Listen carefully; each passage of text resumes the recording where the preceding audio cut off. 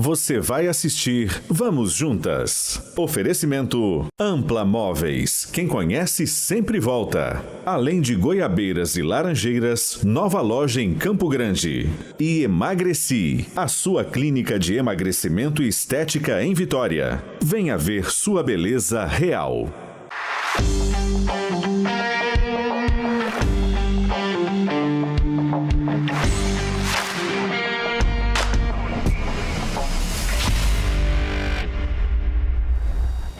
Olá, sou Neuza Berger e hoje estou à frente da apresentação do programa Vamos Juntas, que começa agora. Esse início do mês de agosto, nós ficamos chocadas com a informação de uma criança, uma menina de 10 anos, que foi vítima brutal do estupro pelo tio. Essa criança engravidou, passou por um procedimento de aborto previsto por lei nesses casos. Enfim, é uma situação que a gente lamenta muito. Ela não é a única. Muitas crianças e adolescentes do nosso país passam por esse tipo de violência diariamente. O Disque 100, que é o Disque Denúncia para esses casos de violência infantil, registra que a cada 15 minutos, uma criança ou adolescente no nosso país passa por uma violência sexual. O nosso objetivo hoje aqui, no nosso programa, é discutir, nós, enquanto sociedade, o quanto estamos errando nesses casos. E nós, enquanto sociedade, como podemos mudar essa realidade. Nós vamos receber aqui no nosso programa hoje, no próximo bloco, a promotora de juíza Jéssica da Luz. Mas antes, eu preciso conversar com minhas amigas que estão aqui, Karine e Jana. Hoje o assunto não é lá muito leve, né? Não mesmo. Nada. Na abertura, como eu falei ali, a gente tem esse dado do Disque 100, que a cada 15 minutos no nosso país, uma criança ou adolescente é vítima de uma violência sexual. Aí eu estava pensando aqui, meninas, nosso programa tem meia hora. Em meia hora, eu chego a arrepiar. 2 crianças, infelizmente, no nosso país são submetidas a esse tipo de violência. Como que a gente está lidando com isso, Karine, Jana? Neuza, eu vou falar para você uma coisa. Na semana quando tudo isso aconteceu, eu não dormi. Eu não sei dizer o que a gente pode fazer. A única coisa que vem ao meu coração é aquelas crianças que têm mães, que essas mães cuidem desses filhos como guardiã, sabe? Eu tenho isso muito, muito forte no meu coração. Mas eu sei que não são só as crianças que têm mães que passam por isso, né? A gente tem N crianças aí que estão em lares desestruturados, sabe Deus com quem estão, enfim, em conselhos tutelares, mas o meu coração, que sou mãe de menina, ficou dilacerado. Eu não conseguia ter uma opinião sobre o assunto, eu não conseguia conversar sobre o assunto, de tão chocada que eu fiquei, sabe? A gente não pode perder a sensibilidade, nunca. Isso que a Karine está falando é o sentimento da maioria das mulheres, né? E creio que dos homens também, porque independente do estado gestacional de um homem, ele também tem sentimento, né? Porém, eu vejo isso de uma forma diferente. Eu vejo isso de uma forma mais racional. Porque enquanto a gente está ali movido somente às emoções, a gente vê um caso específico como esse que você comentou. Só que a cada 15 minutos você também falou que crianças estão sofrendo de violência, algum tipo de violência e particularmente essa sexual. Então, assim, ou nós aprendemos a usar nossa emoção e canalizar de forma assertiva, a tomar decisões, atos que sejam, que possam contribuir para que isso não aconteça mais, ou então nós vamos ficar passando de escândalo a escândalo. E agora, daqui a pouco a gente esquece essa menina, aí a gente esquece que a cada 15 minutos uma criança está sendo violentada. Então a gente tem que ser mais racional, eu tenho uma visão mais racional proativa, disso. né? Totalmente, né? A Karine falou uma coisa que na semana que aconteceu, nós inclusive conversamos, né, no nosso grupo, com opiniões. Então, independente do nosso posicionamento religioso, político, enfim, a gente entendeu que existia um crime ali muito grave e que existia uma vítima ali de 10 anos que sequer sabia, talvez, né, metade da vida dela ela foi violentada.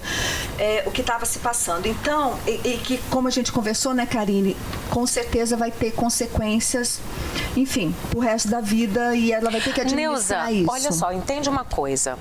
Essa criança, ela passou por várias situações. Ela passou pela perda da infância, ela passou pela violência, ela já vinha sofrendo uma série de maus tratos. Entende? Então, o aborto em si, ele era só mais um. Isso. O trauma já existia, não vai existir pós-aborto. Ele só aumentou. Então, assim, não é só uma criança, nós estamos falando desse caso específico, mas vamos generalizar todos os casos. Isso acontece, às vezes, numa família disfuncional, numa família pseudo-funcional, porque se está acontecendo, ela não é funcional. Acontece com pessoas próximas. Você vê que nesse caso era um tio, mas pode ser um avô, um primo, o próprio pai, como o caso. Gente, eu participei de uma situação há alguns anos atrás, que foi o lançamento de uma campanha Mães contra a Pedofilia, que o senador aqui do estado fez. Eu participei do lançamento dessa campanha, ele mostrou vídeos, fotos, coisas assustadoras. Teve uma que eu vi, que assim, quem me conhece sabe que emoção não é muito meu forte, né? Minha emoção ela é dada de outra forma. Uma hora dessa, a minha emoção fica muito racional. Foi a hora que eu fiquei furiosa. Eu descobri que eu sou ser humano e que eu preciso muito de algo superior. Era um bebê, Neuza, de 6 meses, sendo violentado. Sabe por quê, Neuza? Por um classe alta. A menina, eu não esqueço daquela visão, era um bebezinho, estava de fralda, Mas isso não tem classe, né, amiga? É isso que eu quero falar. 70%, gente, dos casos são pessoas próximas. São pessoas próximas, então não tem classe. As pessoas querem colocar culpa na educação, na política, não existe. Isso eu acho um que problema. É uma discussão muito maior, muito mais ampla. E uma coisa que eu acho que é importante esse momento que a gente está. As mães guardiãs. Isso. Claro, os responsáveis, porque às vezes o responsável não é uma mãe, é um pai que tem a tutela, é um avô que tem a tutela, é um responsável. E eu acho que esse momento guardião aqui é justamente essa oportunidade que a gente tem de racionalizar. Por quê? Há 2 semanas atrás, quando aconteceu, confesso, gente, assim como Karine, eu fiquei tão desnorteada. Eu tive vários sentimentos. Eu tive raiva, eu tive ódio, eu tive dó, eu tive dor, né? Como todo mundo. Talvez naquele momento não fosse o melhor momento para a gente discutir, porque eu realmente não estava racionalizando, amiga. Eu estava muito na emoção. E a gente não consegue tomar grandes decisões quando você está muito, né? Nem deve. Né? E que bom que a gente conseguiu dar uma parada, conseguiu pensar, conseguimos produzir uma coisa pensando em ampliar essa questão. Vamos ter daqui a pouco aqui uma pessoa que vai nos ajudar a entender um pouco mais isso e ver como que a nossa atuação enquanto pessoas, sociedades, mães, tias, enfim, formadores de opinião. Cidadãs, a gente pode interferir, também, né? Então, olha, já acabou o nosso tempo do primeiro bloco. Olha só. Um minutinho, a gente vai para o intervalo e daqui a pouco aqui no estúdio, a promotora de justiça, Jéssica da Luz, para contribuir um pouco mais com essa nossa discussão. A gente já volta.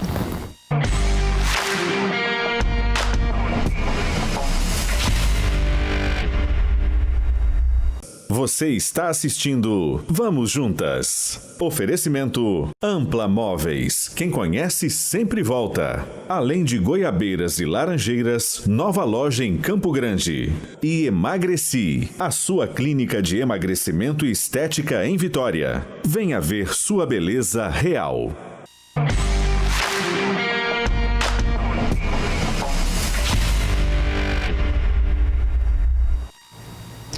Estamos de volta e com a gente aqui no estúdio a promotora de justiça Jéssica Lima da Luz, que ela é promotora de justiça titular da primeira promotoria da Infância e Juventude de Vitória. Obrigada, Jéssica. Obrigada a você. A tua presença aqui é muito importante para contribuir, né, para essa discussão tão séria, às vezes tão pesada, mas tão necessária, né, Jéssica? Olha só, comentei no último bloco, nessa passagem de bloco, que segundo o Disque 100, que é um canal de comunicação de denúncia para a violência contra a criança, nós temos um caso de violência sexual a cada 15 minutos contra uma criança e um adolescente aqui no nosso país. Isso é muita coisa, né, Jéssica?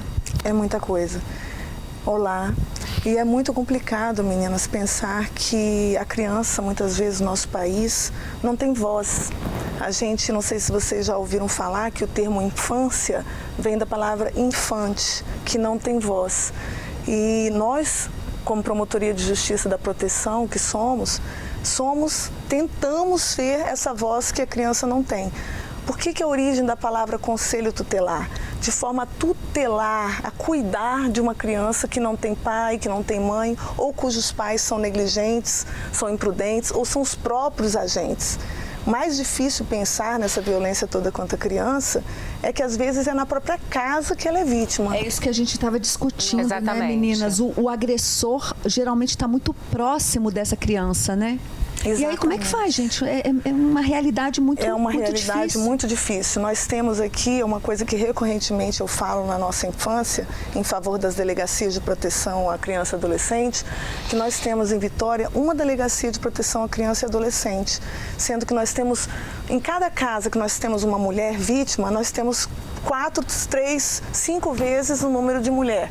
Então, nós pensamos, nós temos uma ação no Ministério Público para ampliar esse número de DPCAs e nós não conseguimos. Por quê? Mesmo que a criança não tenha perna e voz para se dirigir a uma delegacia, fazer uma denúncia contra os próprios pais, nós sabemos que temos a sociedade e nós estamos aqui para isso, para conclamar essa sociedade para isso, para ajudá-las a escapar dessa realidade dolorosa que é uma violência intrafamiliar. Doutora, uma coisa que eu sempre falo com relação à violência, que é o que mais me assusta, é que nós velamos o crime.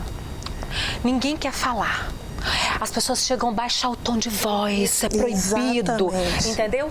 Sendo que isso deveria ser falado em alto bom tom para que todos ouvissem, para que essa criança fosse preparada desde da tenra idade a não permitir que a tocassem, para que ela expressasse isso. Como o conselho, como a promotoria lida com esses números? Porque para mim isso é muito assustador. É, e na verdade nós temos que trabalhar nessa questão da educação. Eu ouvi vocês dizendo sobre educação sexual e eu digo que nós precisamos mesmo ensinar os nossos filhos onde pode tocar no corpo dele, onde não pode. A gente tem que sair desse tabu de que não podemos falar sobre o nosso corpo, não podemos nos conhecer, né? Hoje mesmo eu estava mostrando um filme para minha filha falando quais são as partes íntimas. Ela tem 3 aninhos, mas eu tenho que dizer para ela o que pode ser com a linguagem tocado, dela, né? Com a linguagem da realidade No momento, dela. com a linguagem dela, mas negar uma informação desprotege, né, a criança. A ignorância sempre é o pior caminho, né? O conhecimento é o melhor caminho. Então, o mais importante, e para aquele pai e aquela mãe que está cuidando do filho dentro de casa, o mais importante para ele perceber se o filho dele foi vítima de um abuso sexual é ter essa vinculação com ele. Nós temos uma lei que ela inaugurou um sistema muito bom de proteção, de garantias à criança e adolescente, que é a Lei 13.431 de 2017, que ela trouxe algumas coisas que já o Estatuto da Criança já trazia, mas ela veio robustecer, né? Ela veio fortalecer esse sistema de garantias, prevendo o depoimento especial e a escuta especializada. Por quê? Muitas crianças que são vítimas de abuso sexual, elas são obrigadas a falar sobre aquele fato várias vezes e traz para ela uma revitimização. Então, nessa lei, a partir da interpretação dessa lei, a gente entende que existe um adulto de referência para o qual a criança relata um abuso sexual ou uma violência psicológica que ela está vivendo dentro de casa ou em algum lugar que ela não tem coragem dentro de casa contar. Normalmente é a escola. E agora, nesse isolamento social, nós temos perdido esse parceiro importantíssimo que é a escola para os relatos de violência. É justamente isso. Se os casos, a maioria dos casos de violência acontece por parentes, pessoas muito próximas, dentro de casa, a escola é o caminho, talvez, né, para dar uma certa visibilidade a esse problema quando a criança ainda não consegue ou por algum motivo se expressar. E eu queria saber, promotora, quais os sinais?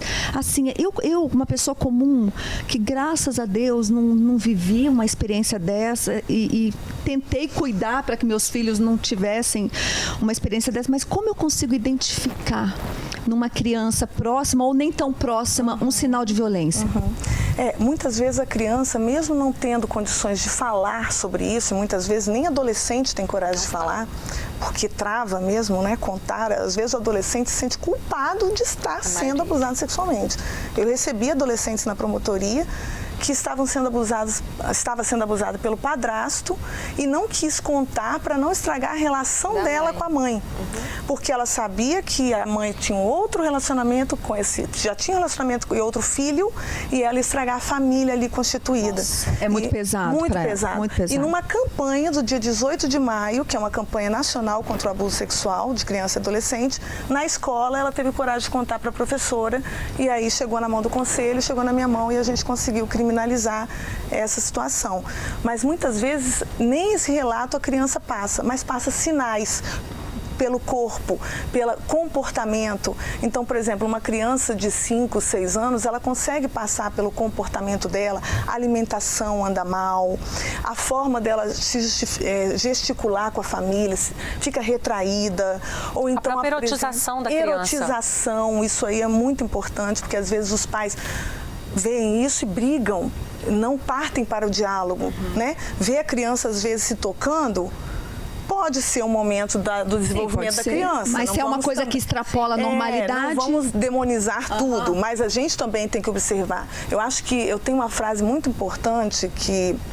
eu não sei a autoria, mas diz o seguinte: a melhor maneira de fazer uma criança feliz é amando. E qual a melhor maneira de amar? É prestando atenção nessa criança. Com certeza. Se você presta atenção na sua criança, você vai perceber a diferença. E é por isso que eu falo dessas relações, quando eu falo das mães como guardiãs, eu falo dessas relações. Como é que uma mãe não observa um primo, sabe?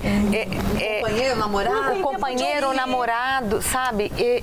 Eu penso que o meu papel enquanto sociedade é observar naquelas crianças que chegam até mim, mas eu não tenho acesso a tantas outras. Então, o que me cabe? Eu preciso ser guardiã dos meus filhos, eu preciso ser guardiã das minhas sobrinhas, das amigas das minhas sobrinhas. A gente precisava fazer isso, porque eu fico imaginando onde é que está a cabeça dessa mãe que não observou uma proximidade. E não dá para dizer que é só no escondido, que é só... existem evidências muito claras que às vezes eu, em algum momento, eu observei e uma mãe não observou. O mais importante é isso, é observar para que, se você não for o adulto de referência, aquele que a mãe ou alguém vai se tornar o adulto de referência para que se conte, você seja o adulto de referência para perceber aquele sinal na criança. Com certeza, e a escuta. Gente, por que os pais não dialogam com os filhos? Hoje em dia está trocado pela internet, os casais são tão separados. Aí a criança fica igual bolinha de ping-pong, uma hora tá aqui, outra hora tá ali, uma hora tá aqui. Aí quando vem, não pergunta, como é que foi lá? O que você fez? Quem está? Não, é proibido fazer. Gente, não é proibido. A criança vai dar sinais na escuta, na fala, de acordo com a linguagem, a idade daquela criança, entendeu? Então nós precisamos, as pessoas querem tanto atualizar a família, mas elas mantêm comportamentos retrógrados. Sim. Quer dizer, no que tem que ser atual, que é essa nova constituição da família, com muitas crianças de pais divorciados, né? A criança, ela tem que, quando vir de algum lugar, quer seja da escola, da casa do outro responsável, de um tio, de um parente, ela tem que ser ouvida. É por isso que acho que foi justamente isso que a promotora falou, né? Que esse adulto referência, que talvez, infelizmente, não seja a mãe. né? Porque essa mãe talvez também não gente, está sem preparada, julgamento, às vezes. não tem condições. A gente não sabe, às vezes tem uma mãe que realmente não tem condições, uma família que não tem condições, né? Enfim, a gente não está aqui uma série de fatores, né? Uma série de fatores leva, por exemplo, uma mulher a ser vítima de violência doméstica durante anos e não denunciar. Não denunciar, exatamente. Uma série de fatores leva, por exemplo, uma mãe a restabelecer uma nova sociedade de relacionamento. Sim. E acabar deixando um pouco o filho do primeiro relacionamento. Você já é grande, você vai se virando. É uma série de fatores que a gente precisa chamar a sociedade a observar, chamar a família a cuidar mais dos seus filhos, a não delegar para a internet, para tablet, para a televisão, né? Terceirizar a educação, o cuidado. Porque uma mãe que chama a criança, que conta historinha todo dia na hora de dormir, vamos orar juntos na hora de dormir, ela vai ter esse vínculo afetivo com a criança, ou a mãe, e ou até de confiança, né, para poder ela poder até, desculpe. Gente, nosso tempo de novo. A gente vai dar uma paradinha e a gente volta daqui a pouquinho com mais conversa sobre esse assunto. Até já.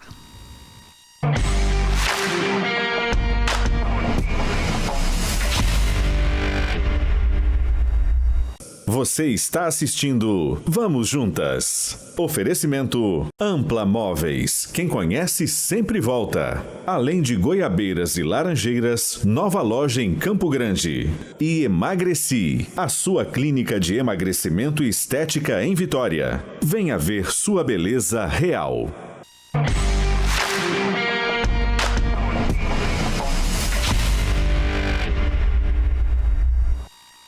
Estamos de volta e aqui no nosso terceiro bloco a gente vai tentar concluir um pouquinho desse assunto tão importante. Jéssica, a gente estava falando da responsabilidade do adulto, né, em relação à educação dessa criança, ao cuidado, ao olhar, mas a gente sabe que muitas famílias, a gente não sabe o que cada família passa, né? E a gente tem uma realidade no nosso país que a gente entende que muitas famílias, inclusive, lutam até para pôr comida na mesa, né? E, enfim, é difícil fazer qualquer tipo de julgamento, né? Então, diante dessa situação, qual o nosso olhar? Qual é a luz no fim do túnel? O que a gente pode contribuir nesse momento para tentar, pelo menos, diminuir esse tipo de violência, né, contra as crianças? Eu penso, Neuza, que a educação, ela é sempre um caminho inicial que nós temos que recorrer. Educar, inclusive os pais. Existe uma coisa chamada maternidade e paternidade e outra chamada maternagem e paternagem. Ninguém tem curso para ser pai e mãe. Ninguém aprende, a criança não nasce com manual de instruções. Então, uma política pública interessante para ser colocada é isso. O que eu posso trazer para incrementar, fortalecer essa família, para que essa família possa dar atenção àquela criança. Isso serve para toda a classe, para todo mundo, todas as classes né? sociais. Exatamente. Porque se você, não é só criar, se você tem uma política pública social que te ampare na necessidade, agora nós vimos nesse momento de isolamento social, como tiveram famílias que precisaram de uma cesta básica, de um apoio, ficaram desempregadas, despedidas em massa, não é? A gente viu? Se a gente tem uma política pública de retaguarda para fortalecer a família, a gente tem indiretamente o apoio dessa criança. A gente diz que é necessário uma aldeia para cuidar de uma criança. Não é só aquela família. A gente precisa de toda uma aldeia. Uma rede, né? É um tema que a gente vê nas comunidades indígenas e a gente que é civilizado acaba não reproduzindo. Então, é muito importante a gente voltar os olhos para essas políticas públicas de educação, de fortalecimento da família, de educação desses pais que vêm, às vezes, de um conflito intrageracional. O conflito intrafamiliar não começou ali, ele vem de gerações. Às vezes é uma reprodução já, né? É uma reprodução. Eu indico para vocês um documentário que ganhou prêmios lá no Nordeste, Vida Maria, que trata dessa reprodução da falta de políticas públicas, né? Por gerações. E isso faz com que repercuta na nossa criança. Nós temos leis de planejamento familiar que as pessoas não conhecem. Nós temos o Estatuto da Criança e Adolescente que as pessoas não conhecem como podem denunciar violências. E na verdade, acaba associando o Estatuto da Criança e do Adolescente somente ao adolescente infrator. Exatamente. A lei. É um e aí erro muito grande não da nossa entende sociedade. que esse Estatuto ele é muito mais abrangente. Claro, é uma visão muito minimalista pensar que o Estatuto da da criança e adolescente, ele é só para os adolescentes em conflito com a lei. Que também são adolescentes que estão em conflito com a lei hoje, mas são adolescentes que não foram protegidos na infância, na primeira infância. Né? Então, e a gente, enquanto sociedade, o que a gente pode fazer quando eu ouço que tem uma vizinha que espanca o filho? O que eu posso fazer? Infelizmente é meter a colher mesmo, é denunciar. A gente diz o seguinte, a função da sociedade, o artigo 247 da Constituição, ele diz que é dever da sociedade, da família e do Estado, com letra maiúscula. O Estado, com letra maiúscula, que é o poder público, a sociedade, que somos nós, que temos obrigação de denunciar, e a família. Então, se nós não denunciamos, nós estamos praticando a omissão, o crime por omissão, a negligência. Então, se você ouvir barulho, se você ouvir uma criança que está percebendo nessa criança próxima a você uma diferença, um sinal que a gente retratou aqui, diz que 100, diz que 156, diz que 181 são os canais para a comunicação, para a denúncia. Os conselhos tutelares também dos municípios, Os conselhos tutelares do município têm telefones à disposição de plantão, que eu até disponibilizei aqui para a redação, mas na dúvida, diz que 100, que é mais fácil de decorar, diz que 181, 156, que é o do Conselho Tutelar de Vitória. O Conselho Tutelar de Vitória recebe denúncias via 156, seja por internet, seja por telefone. E é para o estado todo e aí direciona? Direciona. Ok. Mas o mais importante é denunciar, seja qual for o canal. Não lembrei qual é o número, 190, que todo mundo sabe que é o telefone da polícia, e a polícia vai direcionar. Não deixe a nossa criança desassistida, porque nós perdemos grandes parceiros nessa pandemia, nós aumentamos um número alarmante. Ano passado, de janeiro a junho, o Conselho Tutelar de Vitória, só uma parte, que é o centro, recebeu 1.000 denúncias e apurou. Esse ano, esse número caiu para 120. Nossa Senhora. É muito pouco. É quase 10%. É inexpressivo. E o que está acontecendo? Está tudo bem? Não está tudo bem. As nossas crianças estão perdendo a voz, às vezes, dentro do próprio núcleo familiar. Ai, gente, que discussão importante. Situação difícil. Nosso tempo acabou, mas eu espero. Obrigada, Jéssica, pela tua contribuição. Eu acho que essa discussão não pode acabar aqui. A gente é o nosso, né, é o gatilho para a gente ampliar. Inicial, né, Neuza? Eu acho que as famílias agora em casa, elas poderiam continuar essa conversa de forma a ampliar, com um olhar menos preconceituoso, menos covarde, menos omisso, Isso, encarar a realidade de frente. Não acontece só na casa do vizinho, na nossa também, né? Isso, gente, um prazer. Semana que vem estamos juntas novamente. Obrigada a todos, foi um prazer, meninas. Obrigada a vocês por essa conversa. Contem conosco. Até a próxima.